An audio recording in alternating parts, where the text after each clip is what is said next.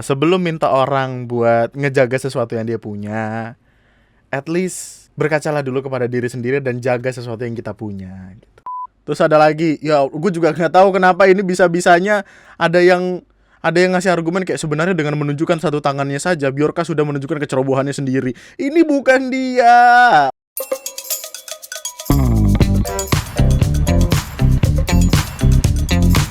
Hai, selamat datang di video gue kali ini. By the way, nggak akan ada terlalu banyak basa-basi di sini karena seperti yang lu lihat ada banyak sekali tab chrome yang gue buka di sini.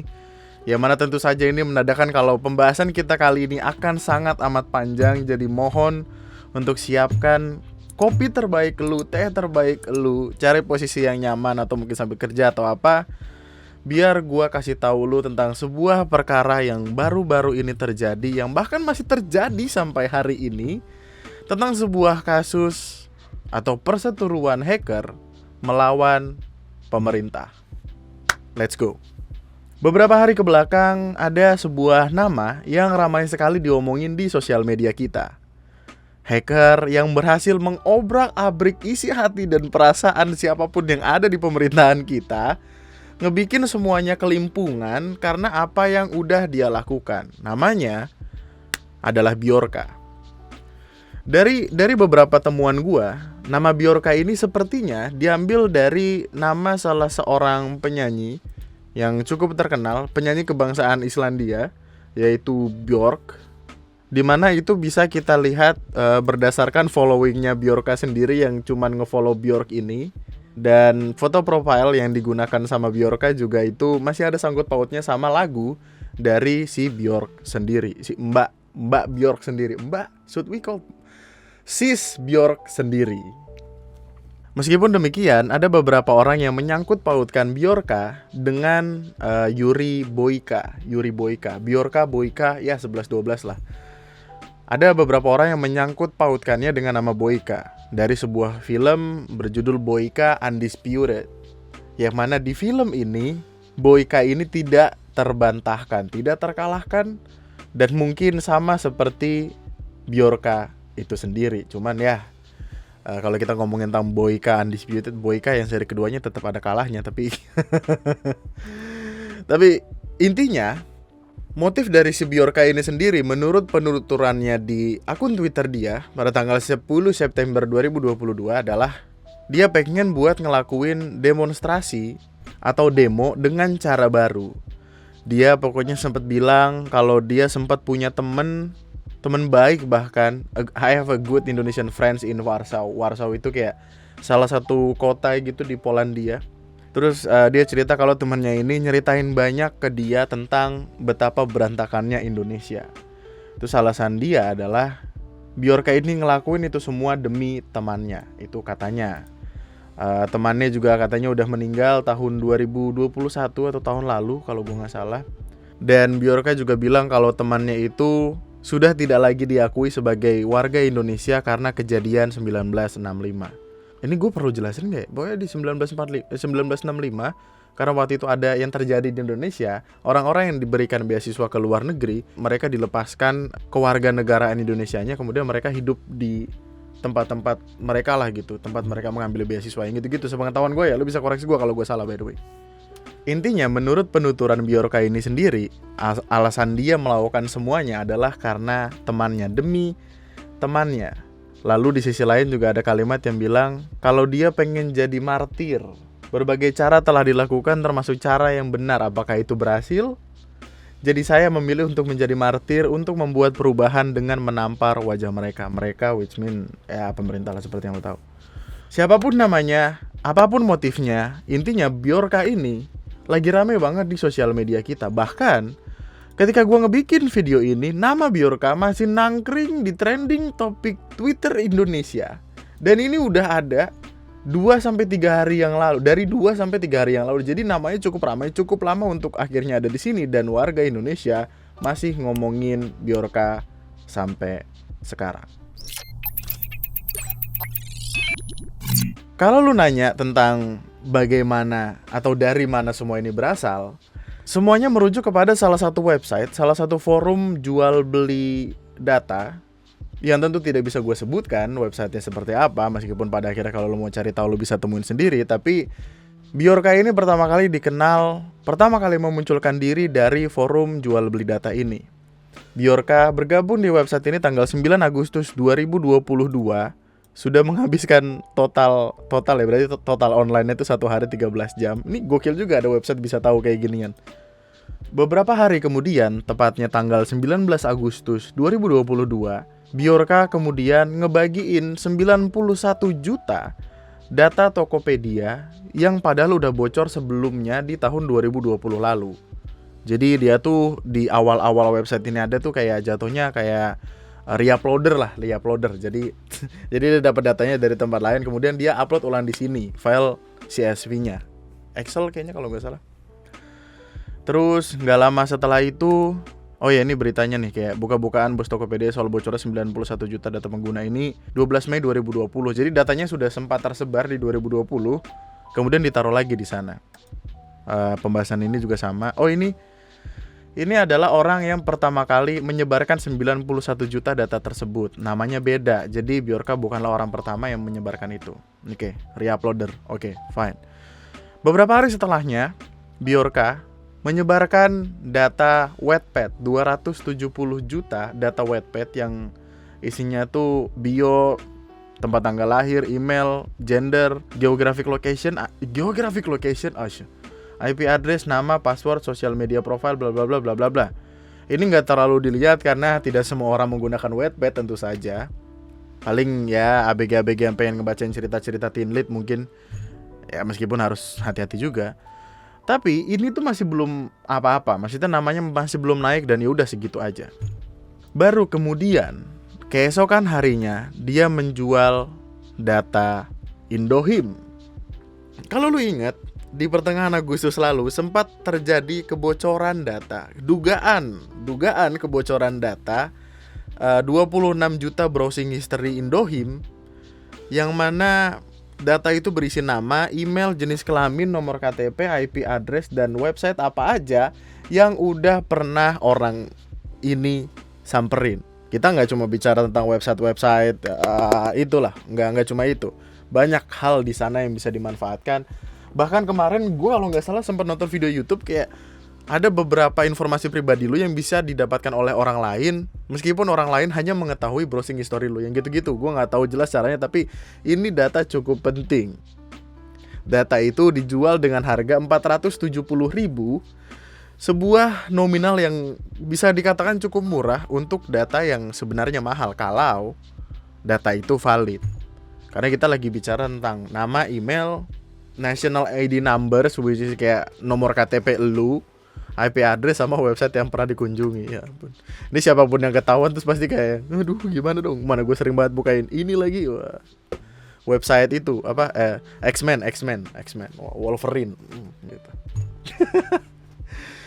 Tapi kasus dugaan data bocor ini di counter dengan klarifikasi dari pihak Telkom yang memastikan bahwa data pelanggan yang diduga bocor itu tidak mengandung ID Indohim yang valid. Kalimatnya adalah demikian. Cara mengcounternya adalah demikian. Ada yang lain kayaknya. Oh, sedang didalami, masih didalami. Terus ada kalimat yang, apakah itu valid? Kok saya meragukan sekali. Nah, ini adalah awal mula dari rentetan gitu. Tapi intinya tuh gue sulit untuk tahu endingnya kayak gimana. Pokoknya penjelasan akhirnya adalah mau ditelusurin lebih lanjut sembari mastiin peningkatan pelaksanaan pelindungan data, di mana yang dilakukan Kim On-fu setelah itu adalah memblokir website tersebut, memblokir website forum jual beli data tersebut karena forum tersebut belum terdaftar di PSE. Mantap. Ada maling nih. Ada maling. Sumber maling ini dari pos ronda. Daripada nangkep si maling ini, mari kita segel pos rondanya. Simple. Kelar. Sederhana sekali. Kurang mantap apa itu coba? Yang waktu itu pembahasannya kayak gitu soalnya kocak aja. Padahal pos rondanya bisa dengan gampang kita masukin kalau kita nyamar jadi bule, ya kan? Paham gak? VPN? Nah itu. Kita nyamar jadi bule bisa tuh masuk ke pos itu. Ya gitu. Banyak jalan menuju Roma lah. Tapi ya nggak lama kemudian orang lupa sama kasusnya sendiri dan hilang begitu saja. Masuk ke pertanyaan selanjutnya. Kenapa semuanya jadi segede ini? Kenapa permasalahannya bisa jadi meluas selebar ini? Dan kenapa kok kagak kelar-kelar? Jawabannya adalah karena tanggal 31 Agustus 2022 tiba-tiba Bjorka diduga kembali menjual data orang-orang Indonesia. Tapi data yang dijual ini nggak main-main. Yang dijual adalah 1,3 miliar data SIM card dengan 2 juta sampel yang dikasih 1,3 miliar data SIM card. Pembahasan akan perkaranya sendiri ini sudah sempat gua singgung di video yang sebelumnya. Mungkin lu bisa cek dulu video sebelumnya atau pencet tombol i yang ada di pojok kanan lu. Nanti lu akan nonton videonya lah. Tapi intinya kasus ini berakhir dengan keanehan luar biasa. Karena kasus dugaan kebocoran itu ditutup dengan kalimat yang sangat amat ultimate, yaitu kalau bisa jangan menyerang. Kayak orang tua nasehatin anaknya nih, padahal anaknya jauh lebih pinter dari orang tuanya, gitu. Kenapa ya gue kayak gitu? Kayak dalang. Gak lama setelah itu, Bjorkanya langsung mengcounter dengan kalimat stop being an idiot. Ya mana ini kalimat yang sungguh sangat amat merendahkan siapapun yang ada di sana gitulah. Nah, kita stop dulu sampai di sini. Dari sinilah titik baliknya terjadi. Setelah orang-orang melihat bagaimana caranya Bjorka ini mengcounter orang dari Kimonvi, gue mulai sebel nyebut nama itu Kimonvi. Seketika orang-orang langsung ngebalikin pemikirannya. Beberapa orang tuh pikirannya langsung kayak merasa wah, ini adalah perpanjangan tangan kita nih. Bjorka adalah perpanjangan tangan kita. Dia bisa melawan ini semua gitu. Dan itu terjadi karena kurangnya kepercayaan beberapa orang ini. Gue bilang beberapa orang ya, saya mah percaya-percaya saja. Kurangnya kepercayaan beberapa orang ini terhadap pemerintah. Dan itu membuat dukungan terhadap Bjorka ini jadi makin gede, sampai akhirnya melupakan fakta bahwa mungkin nomor mereka juga ikut bocor di sana. Seperti yang gue bilang di video sebelumnya, sampelnya hanya 2 juta. Data aslinya 1,3 miliar. Itu angka yang sangat tidak masuk akal kalau dipikir-pikir. Dan kita masih belum tahu apakah nomor kita ada di sana atau tidak. Tapi di titik balik ini, ketika orang-orang mulai mendukung Bjorka, gue rasa yang ada di kepala mereka adalah kalimat musuh dari musuhku adalah temanku seketika diaplikasikan oleh beberapa orang. Ada beberapanya yang seketika menganggap kalau Bjorka ini adalah kawan seperjuangan. Mari kita lakukan ini bersama, yang gitu-gitu loh. Diaplikasikanlah sama beberapa orang. Oh, saya mah tidak, saya cinta Indonesia. Yang gue sayangkan adalah seketika, untuk sesaat, orang lupa kalau yang lagi dipermasalahkan di sini adalah data dari orang Indonesia, terlepas dari benar atau enggaknya ya. Mungkin karena orang-orang Indonesianya udah terlanjur kesel, ya mau gimana lagi gitu. Gue ngeliat perkaranya tuh bingung karena gue masih ada ketakutan kalau mungkin nomor gue ada di sana, data gue ada di sana. Kalau data gue nggak aman, gue mesti gimana? Kita bicara 1,3 miliar. Kalau data itu benar, nggak cuma dapat WhatsApp dari pinjol, dari judi, dari orang nawarin Gade BPKB yang gitu-gitu. Gua aja sampai sekarang masih sering dapat WhatsApp dari Gade BPKB, anjing belum kelar-kelar. Buat apa juga orang gua nggak mau gadein tiba-tiba suruh gade. Aneh banget dah. Keramaian tersebut terjadi sampai nama Bjorka ada di trending topik segala macem. Itulah yang ngebikin beberapa orang mulai lebih berpihak kepada Bjorka instead of kepada ketakutan mereka sendiri akan kehilangan datanya. Dimana alasan dari semua itu sederhana sekali. Orang-orang merasa diwakilkan oleh kedatangan Bjorka. Kita sampai di tengah nih. Kita udah ada di ya 1/4 video lah. Kalau lu nanya gua ada di pihak yang mana? Jawaban gua tuh, gua di sini masih mencoba untuk santai gitu. Gua akan tetap mencoba untuk santai, nontonin aja, sambil ngasih update ke lu tipis-tipis lah gitu. Gue sama kayak lu, penonton, menyaksikan pertunjukan apa yang disajikan oleh dunia gitu. Cuman ya gue masih punya I don't know, kewajiban atau sesuatu hal yang harus gue sampaikan ke lu sebagai kawan-kawan. Jadi ya kita sama posisinya di sini. Gue pengen di tengah aja gitu, berusaha untuk di tengah. Meskipun ketika gue ngebikin video ini tuh gue sangat amat bingung bagaimana cara memposisikan diri gitu. Gue cuman nggak pengen di prank aja. Gue nggak pengen gue membela tempat yang salah. Banyak loh kemungkinan yang bisa terjadi gitu. Apalagi ketika ada kalimat dari orang yang katakanlah ngerti hacking-hackingan, dimana beberapa orang ini bilang kalau data SIM itu palsu. Ada salah satu hacker gitu yang ketika ngelihat data sampelnya ngerasa ada sesuatu yang janggal di sana. Kayak contohnya nggak ada nomor kakak di sana. Yang padahal kan ketika kita mau daftar registrasi SIM itu kan harus pakai nomor KTP sama kakak kan. Nah itu nggak ada, dia mempertanyakan itu. Lalu juga adanya duplikasi data di tengah-tengah itu. Tapi kemudian ada juga orang yang mengcounter dengan ya namanya juga sampel yang gitu-gitu. Pokoknya perdebatannya nggak habis-habis lah gitu. Terus ada juga anggapan yang bilang kalau data ini sebenarnya data lama yang udah kesebar kemudian dibungkus seolah-olah baru untuk menutupi hal-hal tertentu. Nah gitu. Hal-hal tertentunya apa? Saya tidak tahu. Dong. Ada kalimat-kalimat seperti itu. Gua santai. Gue lebih baik di tengah diem anteng nontonin semuanya. Cuma permasalahannya di sini, kalau ditanya apakah datanya valid, iya, valid. Nomornya bener. Kebocoran ini menakutkan kan karena itu, karena nomornya bener. Pemilik dari nomor kakaknya ada, pemilik dari nomornya ketika lu cek di get kontak nomornya ada. Bahkan ada beberapanya yang orang penting gitu.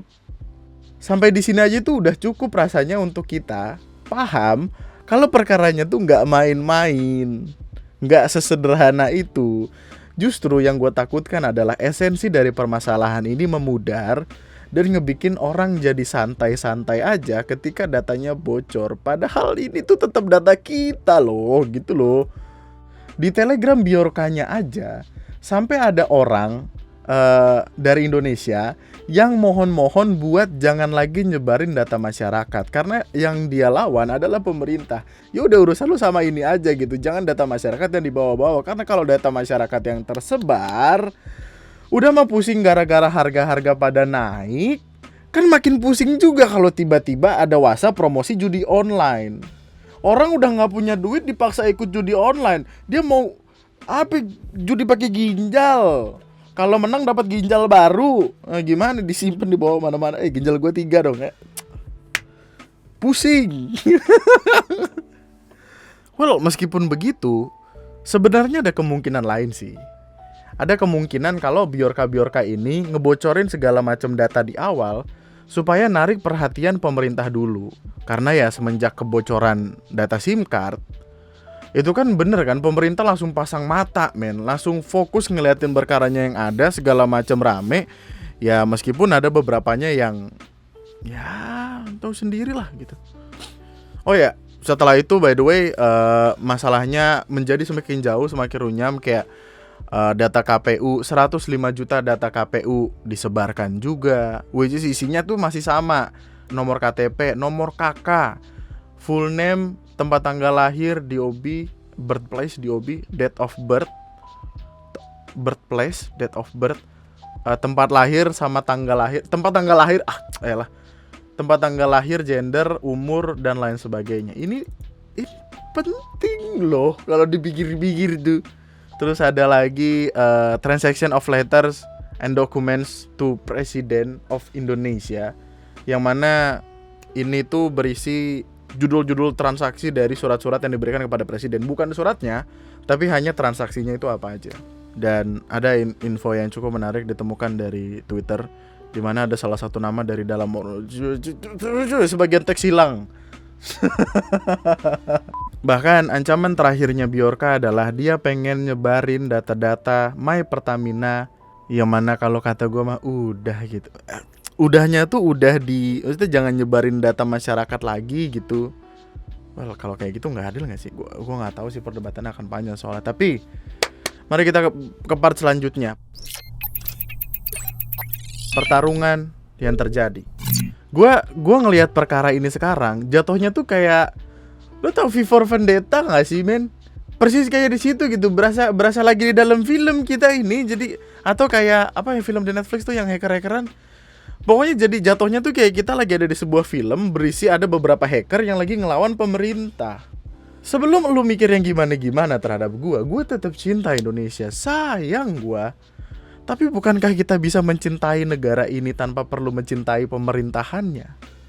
Gua nggak setuju data bocor kayak gini tuh, gua nggak setuju.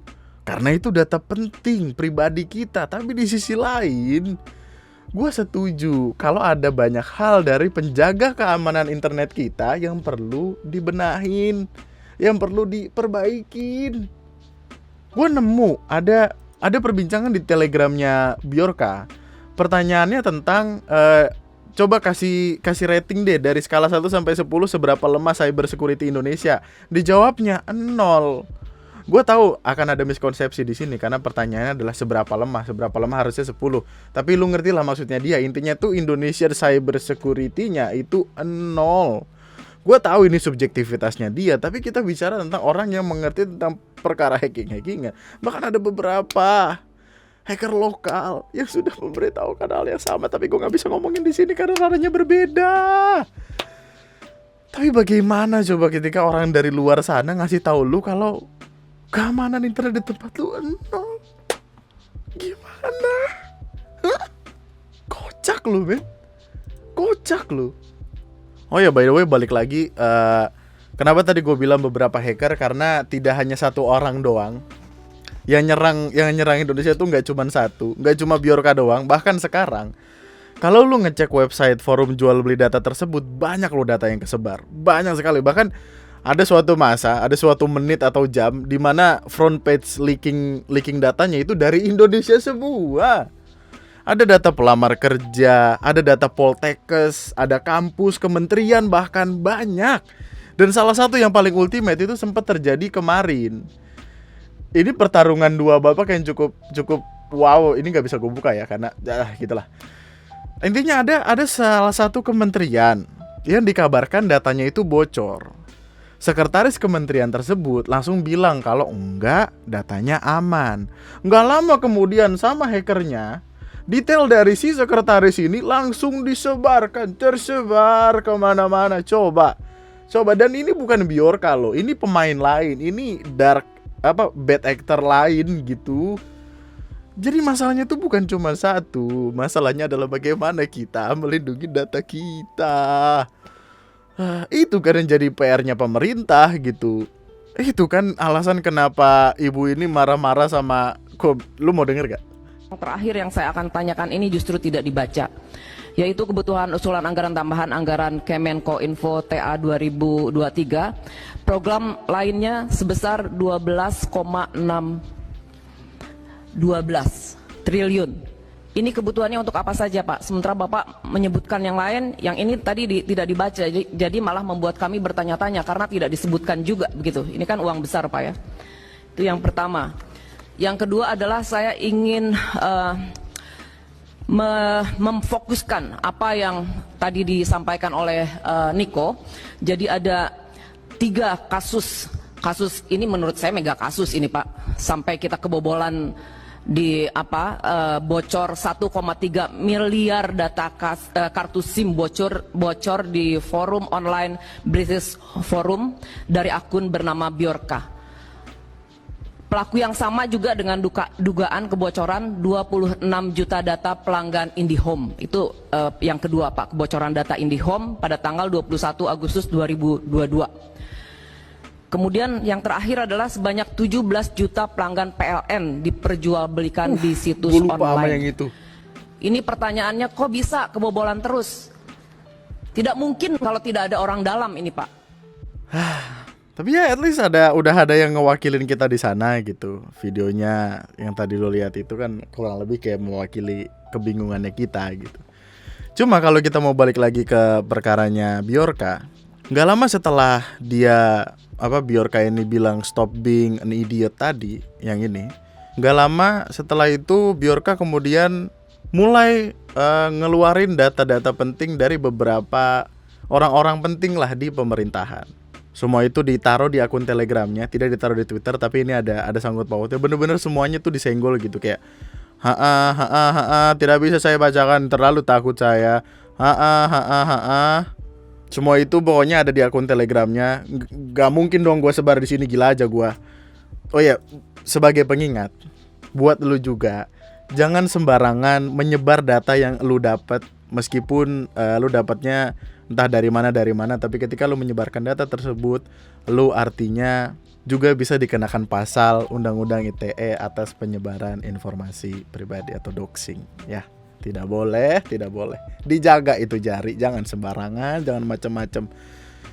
Yang jadi poin penting dari orang-orang juga adalah ini, alasan biar kebocorkan data pribadinya, alasannya ini. Terus Kumparan bahkan ngebikin video kalau dapat hadiah ulang tahun dari hacker Bjorka, data pribadi dibocorkan mulai dari alamat sampai nomor vaksin. Kaget gua. Kok bisa lu dapat hadiah ulang tahun berupa data yang tersebar? Kaget sih gua kalau misalkan jadi si bapaknya itu, gua bangun tidur dengan kondisi kenapa notif gua ada 999 plus nih? Banyak amat, buka WhatsApp tiba-tiba bentukannya kayak gini, mana tadi?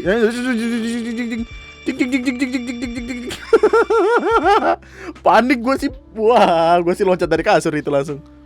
Bangun tidur dikasih surprise sama orang-orang di Indonesia, se-Indonesia, bahkan mungkin gak cuma Indonesia itu. Kaget sih gue kalau jadi dia. Meskipun di sisi lain gue juga bingung gitu, kenapa ada aja orang-orang yang berani banget gitu, sampai ada yang miss call, sampai ada yang nge-WhatsApp ini. Berani gue, ya Allah. Astaga. Serem-serem amat.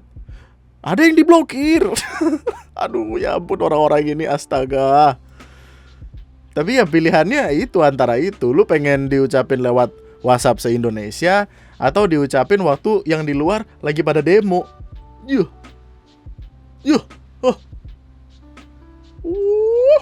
Tapi ya, itulah kawan, sebuah pelajaran lainnya ya. Sebelum minta orang buat ngejaga sesuatu yang dia punya, at least berkacalah dulu kepada diri sendiri dan jaga sesuatu yang kita punya gitu. Kalau kita tidak bisa menjaga apa yang kita punya, masa ya kita punya keberanian untuk ngasih tahu orang, jaga loh yang lu punya gitu. Berbalik dulu ke diri sendiri gitu. Tidak mudah bukan? Iya gitu. Tapi seaneh-anehnya kalimat itu bener sih, by the way, kayak jagalah data pribadi lu semaksimal mungkin. Kalau memang tiba-tiba ada celah terus didapetin sama orang entah dari mana, ya udah balik lagi berserah kepada takdir dan Tuhan. Itu satu-satunya cara untuk kita keluar dari permasalahan itu. Cuman ada kalimat dari Bjorka. Kalimatnya adalah, misi saya adalah membantu siapapun yang membutuhkan, termasuk warga Indonesia yang ingin mengontak dan menanyakan para pemimpinnya. Paling tidak para pejabat itu merasakan ketika mereka menerima spam. Yang mana itu tiba-tiba terpikirkan oleh gua, apakah pejabat-pejabat tertentu masih menerima SMS pinjaman online, judi-judi slot, dapat bantuan dana Baim Paula, dapat door prize TikTok, gitu-gitu. Gue pengen tahu masih dapat nggak ya mereka. Gue pengen tahu aja, penasaran. Oh iya, by the way, gua hampir melupakan ini. Minggir sedikit ya. Beberapa waktu lah kan sempat ada omongan kayak tentang dokumen Super Semar yang katanya di-share juga sama akun Bjorka. Enggak, ini editan, ini bohongan. Fotonya juga, foto ini sebenarnya bisa lu temukan di Google, ini mah editan doang. Gue tahu dari mana editan karena dari sini nih, detailnya Friday September 9 ini sama persis kayak yang data SIM card atau apa gitu. Pokoknya ini thread udah ada, cuma diedit doang. Ya mungkin emang dari awal buat bercandaan aja kayaknya, gue juga gak tahu sih. Lalu tentang perkara kasus Cak Munir, lu bisa baca sendiri aja. Lu bisa simpulkan sendiri karena gue tentu tidak punya kapabilitas yang cukup untuk ngomong banyak tentang perkaranya itu. Dicek sendiri aja. Oh ya, sampai hampir lupa gue. Tanggal 9 September 2022 Bjorka ngebikin akun Twitternya. ngebikin akun Twitternya juga untuk ya melampiaskan gitulah, melampiaskan apa yang diomongin. Followersnya langsung banyak waktu itu, bahkan sampai di angka 270.000. Ini akun Twitter pertamanya, Bjorkanism, BJO. Ini harus lu perhatikan nih, karena nanti akan ada brengsek-brengsek yang mengcopy ini pasti. BJORKANISM. Dimana di Twitter ini sebelum disuspend, Bjorka ini ngajak orang-orang lain buat ikut dalam aksi yang dia bikin. Demonstrasi model baru. Dia ngejelasin kenapa dia ngelakuin semua itu, dengan alasan yang gue bilang di video tadi, yang dia bilang dia punya teman dari orang Indonesia, teman ini udah meninggal tahun lalu. Terus alasannya juga karena teman ini nyeritain tentang betapa berantakannya Indonesia, yang gitu-gitulah gitu. Terus di bio Twitternya yang waktu itu juga, ya, catch me if you can, tangkap gua kalau lu bisa. Kalau lu bisa. Tangkap gua kalau lu bisa. Kayak judul film aja, Catch Me If You Can, Leonardo DiCaprio. That's a good film, good movie by the way. Bjorka sendiri ini juga bahkan menunggu untuk ditangkap. Kalimatnya adalah menunggu untuk ditangkap. Dan ada kalimat ini ngenyek banget sih. Do you know that, lu tahu nggak kalau lu sama semua orang-orang lu nggak ada yang bisa ngelakuin ini, dalam artian nangkep dia.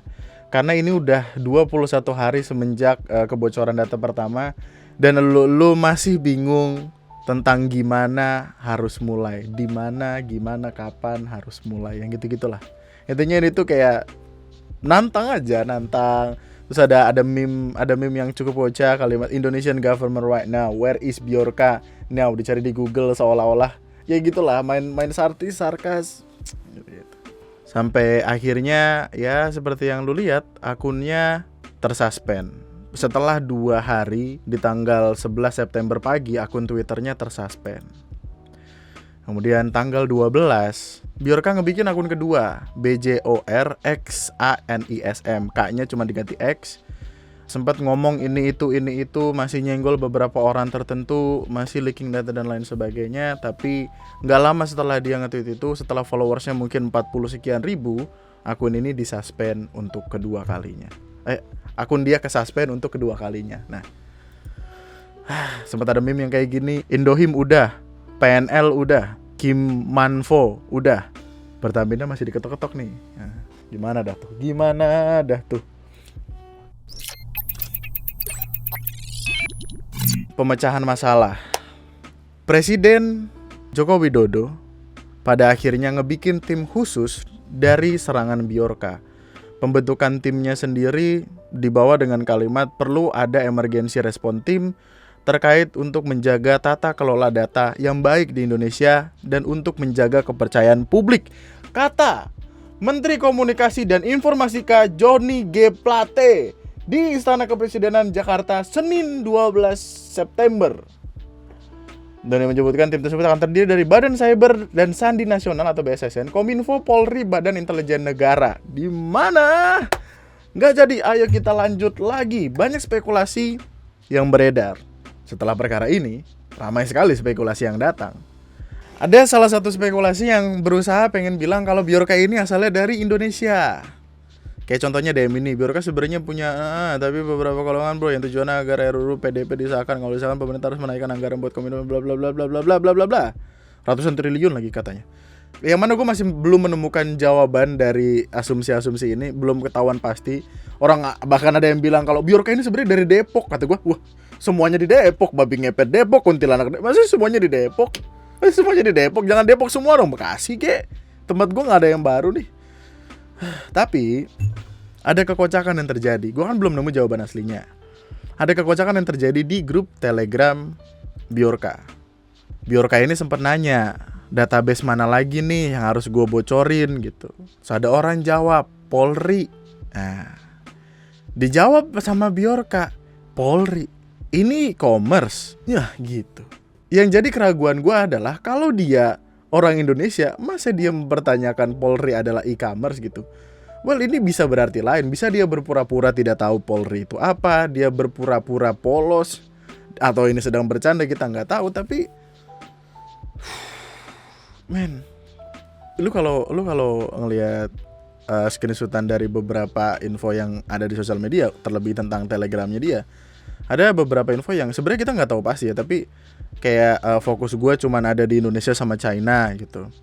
Terus dia juga sempat bilang kalau actually I'm in Warsaw right. Nah, Warsaw itu di Poland, balik lagi di salah satu kota di Polandia yang gitu-gitu. Tapi intinya ya gitu, capek. Kita belum akan tahu dia dari mana kalau tidak bener-bener menemukan cara bagaimana menemukan dia gitu. Kenapa Twitter terus Telegram segala macam bisa dihilangkan? Karena Twitter sudah mendaftar di PSE. Salah satu aturan di PSE waktu itu adalah ketika ada sesuatu yang bermasalah di website itu, pemerintah berhak untuk lompat ke situ, ngomong ke Twitter untuk hilang. Yang gitu-gitu. Dan gue nggak tahu apakah pada akhirnya itu berakhir baik atau enggak.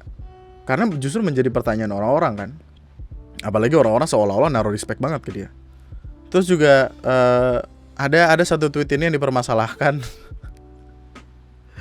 Seperti biasa, seperti yang lu tahu, lu udah sering nontonin gue lah, harusnya lu udah tahu gue pengen ngomongin apa. Di setiap permasalahan yang ada, pasti akan ada bocil-bocil, brengsek-brengsek atau siapapun itu yang mengcopy nama orang yang sedang ada di dalam sebuah perkara tertentu untuk kemudian dimanfaatkan sama dia mencari followers, mencari likes, mencari dukungan atau apa, untuk kemudian akun tersebut akan dijual sama dia dengan harga yang cukup mahal. Itu doang esensinya. Tiba-tiba ada sebuah akun ini bukan akun original Bjorka. Akun original Bjorka itu namanya mana sih tadi? Nih, Bjorkanism. Bjorka NESM. Nama aslinya NISM. Jadi ini tuh fake. Tapi dia langsung komen dengan hacker internasional kok pakainya Android. Padahal kalau lu ngelihat screenshotan dari tweet-tweetnya mereka, tweet-tweet beneran ya itu pakai Twitter web app gitu. Jadi kayak seolah-olah ya orang udah keburu marah-marah dulu gitu. Terus ada lagi, ya gue juga nggak tahu kenapa ini bisa-bisanya ada yang ngasih argumen kayak sebenarnya dengan menunjukkan satu tangannya saja Bjorka sudah menunjukkan kecerobohannya sendiri. Ini bukan dia, orangnya kagak pernah setahu gua nggak pernah punya TikTok. Ini tuh cuman bocah-bocah alay di TikTok yang pengen ngikut-ngikut aja hype yang ada untuk kelihatan keren aja atau untuk memanfaatkan yang tadi gue bilang. Dia pengen punya followers banyak, dia bikin video kayak gini. Likes-nya 1,4 juta, views-nya gue nggak tahu berapa. Kayaknya ini emang dia yang bikin. Kayak gini, video kayak gini lu tinggal bikin sendiri. Efek-efeknya ada di YouTube banyak, green screen. Mana yang dia nunjukin tangannya? Tadi ada satu scene harusnya yang dia nunjukin tangannya dia. Nggak sabar gue nunggunya. Pokoknya kayak di foto ini dah nih, nunjukin tangan nih. Bro, hacker mana tai yang secara sadar menunjukkan keblunderan dirinya sendiri dengan menunjukkan bagian tubuh dia gitu. Astaga. Dengan lu menggunakan topeng Guy Fawkes, yang ini yang kayak gini nih, topeng Guy Fawkes, bukan berarti lu semerta-merta langsung menjadi hacker sejati. Enggak bro, enggak dong, enggak gitu loh. Gua sih nggak yakin lu bisa buka Edit gitu. Lu bangga. Apakah lu tipikal orang-orang yang punya remote Xiaomi terus matiin AC di tempat umum terus lu kayak merasa lu hacker banget? Kagak, bukan gitu. Dan orang ini dia udah ngedapetin 114 followers dengan kalimat crackers. Bikin IG lagi alay. Baca bayar 14,6 juta viewersnya. Gila men. Tebak-tebakan nama gue akan butuh waktu berapa lama lagi untuk akun ini dijual atau seenggaknya berubah jadi akun pribadi dia yang isinya joget-joget itu. Nggak tahu kan? Udahlah kalau kata gue mah udahlah. Ketika lu menemukan sebuah permasalahan, gak semuanya harus lu bikin akunnya juga kali. Nyari views kok begitu banget, nyari followers kok begitu banget. Jijik banget gue ngeliatnya anjir. Gue aja gak yakin orang-orang ini bisa nginstal ulang Windows men. Maksud gue kayak oh ya, by the way, ketika gue ngebikin video ini baru banget, ini 13 menit yang lalu Bjorka ngebikin akun Twitter baru lagi, namanya Bjorkanesian. Ini akun originalnya dia. Kita bisa tahu berdasarkan bio yang dituliskan di website forum tersebut, ada logonya dia. Pokoknya ini beneran dia gitu. Ini di-share di Telegramnya dia. Gue nggak tahu lagi apa yang akan dia perbuat, gue nggak tahu ini akan kemana. Tapi sebagai penutup, gue pengen ngingetin ke lu sekali lagi. Siapapun hacker di luar sana, siapapun bad actor di luar sana, apapun yang mereka lakukan, ngelawan pemerintah, ngelawan Kimonvi, sebut aja lah Kominfo atau apalah gitu. Siapapun yang mau mereka lawan, data pribadi kita lah yang dijadikan mata uang sama mereka. Semua yang berkilau itu belum tentu emas, pemujaan yang berlebihan tidak pernah berakhir baik. Jadi tolong hati-hati sama apa yang lo lakuin. Gue gak tahu ini akhirnya akan sampai mana. Mungkin video ini akan ada kelanjutannya, mungkin ini adalah part 1, mungkin akan ada part 2 ke depannya. Kita gak tahu apa lagi yang mau dilakukan. Terakhir dia bilang dia mau ngelik data My Pertamina, yang mana berhati-hatilah dalam mendukung seseorang, men. Tolong diingat lagi kalau mata uangnya itu data pribadi kita, bukan uangnya dia, bukan uang pemerintah kita. Kalau misalkan ada yang kurang dari video ini, lu bisa tambahin. Kalau misalkan ada yang mau koreksi dari video ini, lu bisa tulis aja di kolom komentar di bawah. Subscribe kalau lu masih mau denger deep story ala berak ini, pokoknya yang tape-nya sampai panjang-panjang kayak gitu. Subscribe aja, like juga video ini supaya lebih direkomendasikan sama YouTube ke depannya. Sampai jumpa di video gue selanjutnya. Tetaplah bahagia, tetaplah baik-baik saja. Ingat setolol-tololnya kalimat, jaga nih kita masing-masing. Kalimat itu tetaplah benar dan kita harus menjaga itu semua. Kalau tidak bisa, balik lagi kayak tadi, berserahlah diri kepada Tuhan. Nama gue Andri, sekian dan